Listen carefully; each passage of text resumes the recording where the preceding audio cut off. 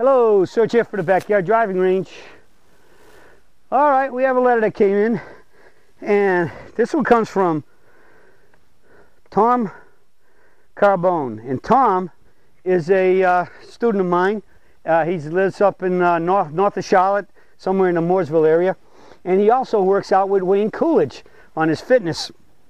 And Wayne's got him into some pretty good shape. And Tom's is a really low single digit handicap, I think well below 5. And a good player. And I had the pleasure a few weeks back of walking around when DJ played in the Web.com tournament up there in North Charlotte at Riverbend Golf Club. Tom's a member there. And we walked around for a couple days and really talked a lot of golf. And he comes and he has this question. Serge, we had a Titleist ball fitting 2 weeks ago at the club.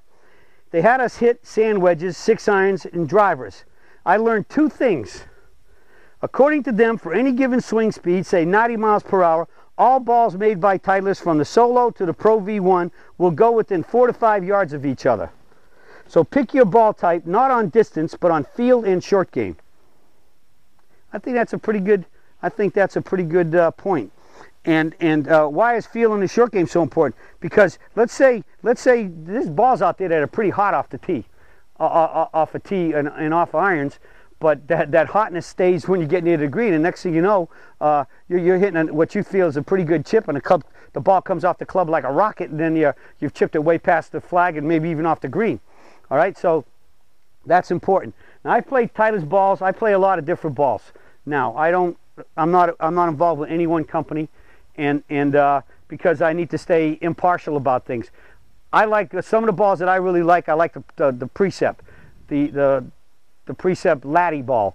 Originally, years ago, it was only the Lassie, and one day I'm playing in a tournament, and guys are teeing up this Lassie ball, and they're getting another 10 or 15 yards on it. Every time they're going to par 5, they teed up. We could switch balls. We didn't play the one ball rule in the Carolinas PGA Senior tournaments.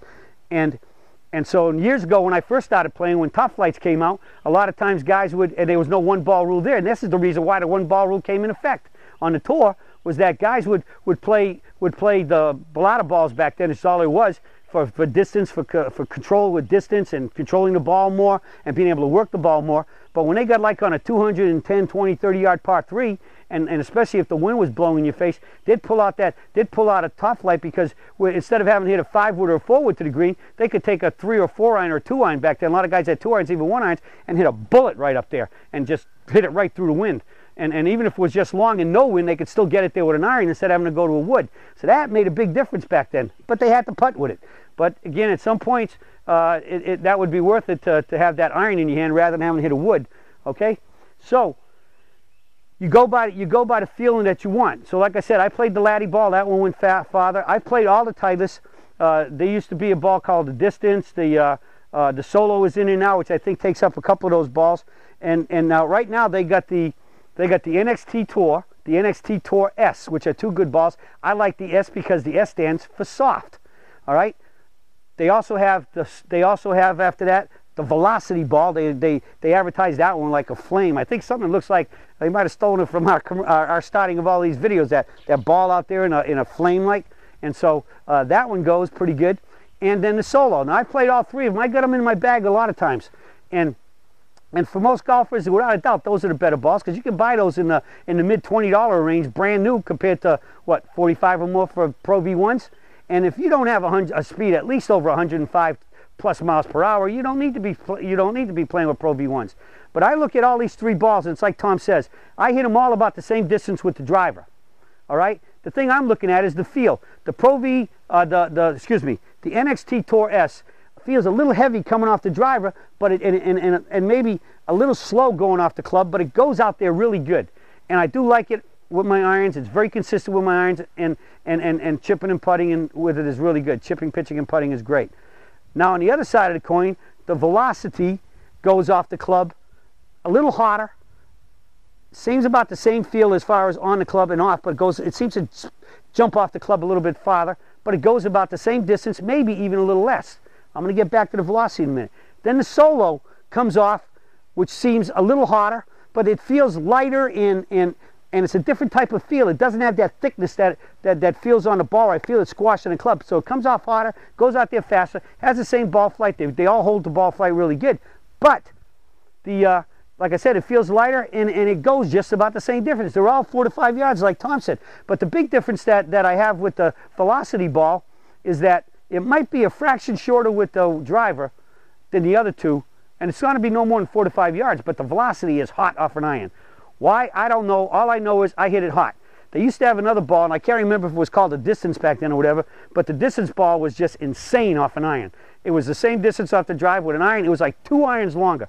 I one time let DJ hit it, and when he hit the other 2 balls, and he hit that one, the other 2 balls were on the green with this, and with the same club, that distance ball or whatever it was rocketed in the top of the trees behind the green. I just had him hit him one day to show that these balls were all pretty good, but I don't think a good player can play a ball that gets way too hot with an iron. All right? I don't care if it's too hot with a driver, as long as I hit it straight and it stays in the fairway and in play. But when you start hitting a ball that could go 2 clubs too long and airmail the green, that's usually not in a very good place, and you're in deep trouble. All right? So the velocity is about 3/4 to a club longer. I have played with the velocity and played successful with it, and I think I could use it. But I don't know if I'd still put it in play in a tournament. So that's what you got to find, a ball that gives you consistency. All right, in terms of the feel you want, the flight you want, the way it comes off the club, the way it holds the line, and gives you what you're looking for. And then especially can provide what you want around the green. Because again, that's where you score, right? So if you got a ball you don't like the feel of it, and you can't really control it because you're just going to get a couple extra yards with it on the driver, which is 1 shot a hole, and even if, and how many putts do you hit, chips and putts do you hit through the course of a round? A heck of a lot more than drivers. So you want a ball that's going to be good for your short game. All right? He said, then he gives me a second question. And most important for me is a question issue I've not seen you address in a long time. The TrackMan results of my driver was 95 miles per hour, but so much spin and club attack angle of down 5 degrees instead of up 5 degrees. How can I change this attack angle to hit the higher balls, and therefore get more distance? Thanks, Top Carbone.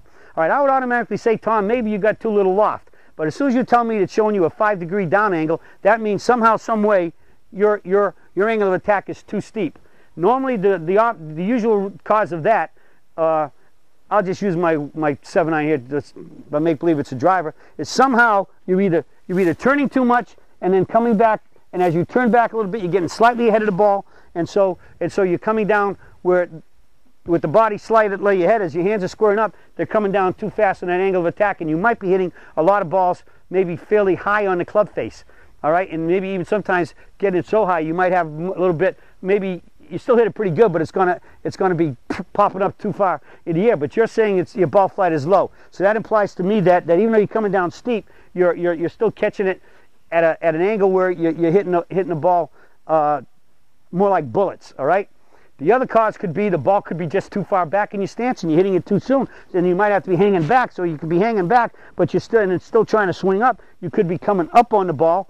The angle attack is coming down, but it's coming down, and as you're just about to impact, you're pulling up out of the shot, and so you hit that bullet down. So ball position could be good.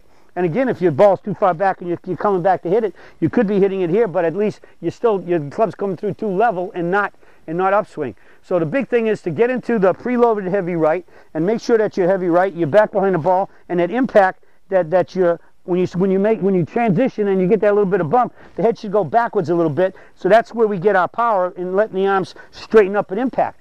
All right. In many cases, those other ways, your arm might not really be straight coming into impact. If you're slightly ahead, it hasn't straightened out. So that's another reason why the club's coming down on an angle of attack. Look at where you tee the ball. Sometimes if you're trying to tee the ball too low, you have to go down too much to get it. Tee it up too high, you get that tendency to hit up on it too much, or maybe catch the top of the ball. So this is all a fine line you got to figure out here. But I would say, I think for the quality of player you are, I'm going to assume that somewhere along the line you might have a little bit of forward drift, or you might even have a little EBRT at the top of your backswing and the backswing reverse tilt, and getting still slightly headed impact. So work on the wide knees, outward pressure, stay preloaded heavy right, lift up the tree, and make sure that impact you're behind the ball. Stand out with the sun at your back and check out your shadow in front of you and see what your head's doing. Shadow is your best friend. It only tells you the truth. Many times you might not like what it is, but if you don't like it, you know it's wrong, then you know what to do to correct it. So check your shadow, and I got to believe you're probably drifting forward, or the ball might be too far back, and/or, guess what?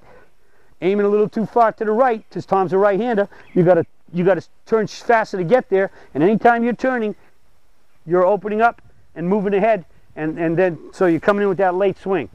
All right, so I think those are your major options. Check those out, and again, from here we swing up to the tee finish. So we want to hit that ball and on the what we feel like is the upswing, boom, and into the forward mitt and up the tree, and you should see your flight increase.